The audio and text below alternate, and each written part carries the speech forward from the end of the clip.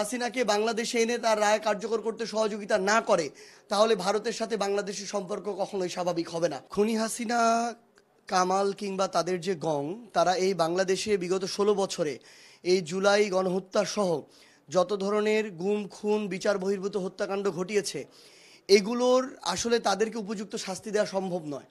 তারপরও আজকে তাদের যে ফাঁসির যে রায় হয়েছে, এর মধ্য দিয়ে অন্তত আমাদের যারা শহীদেরা রয়েছেন তাদের আত্মায় ন্যূনতম শান্তি পাওয়ার জন্য যে ন্যায় বিচার ততটুকু আজকে প্রতিষ্ঠিত হয়েছে।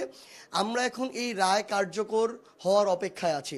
আমরা চাই অতি দ্রুত সময়ের মধ্যে বাংলাদেশ সরকার ভারতের সরকারের সাথে কথা বলে শেখ হাসিনাকে বাংলাদেশে এনে তার এই মৃত্যুদণ্ড, তার এই ফাঁসির রায় কার্যকর করতে হবে।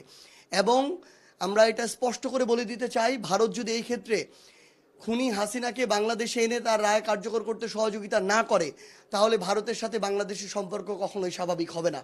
এবং ভারত যদি এটা করতে চায়, ভারত যদি প্রতিবেশী রাষ্ট্র মনে করে, ভারত যদি ওই আরেকটা দেশের সাথে সমতার সম্পর্ক করতে চায়, তাহলে তাদেরকে এটা অবশ্যই করতে হবে। পাশাপাশি আওয়ামী লীগের দল হিসেবে আওয়ামী লীগের যে বিচার, সেই বিচারটি হতে হবে। আমরা প্রত্যাশা করি আমাদের যারা শহীদেরা, যারা জীবন দিয়েছে, রক্ত দিয়েছে, অঙ্গ হারিয়েছে, আমরা তাদেরকে এর কোনোটি ফিরিয়ে দিতে পারবো না। কিন্তু এই খুনি হাসিনা, কামাল সহ আরও যারা এই গুম খুন বিচার বহির্ভূত হত্যাকাণ্ডের সাথে সম্পৃক্ত ছিল, তাদের এই রায় কার্যকর করার মধ্য দিয়ে তাদের আত্মার ন্যূনতম একটি প্রশান্তি আসবে।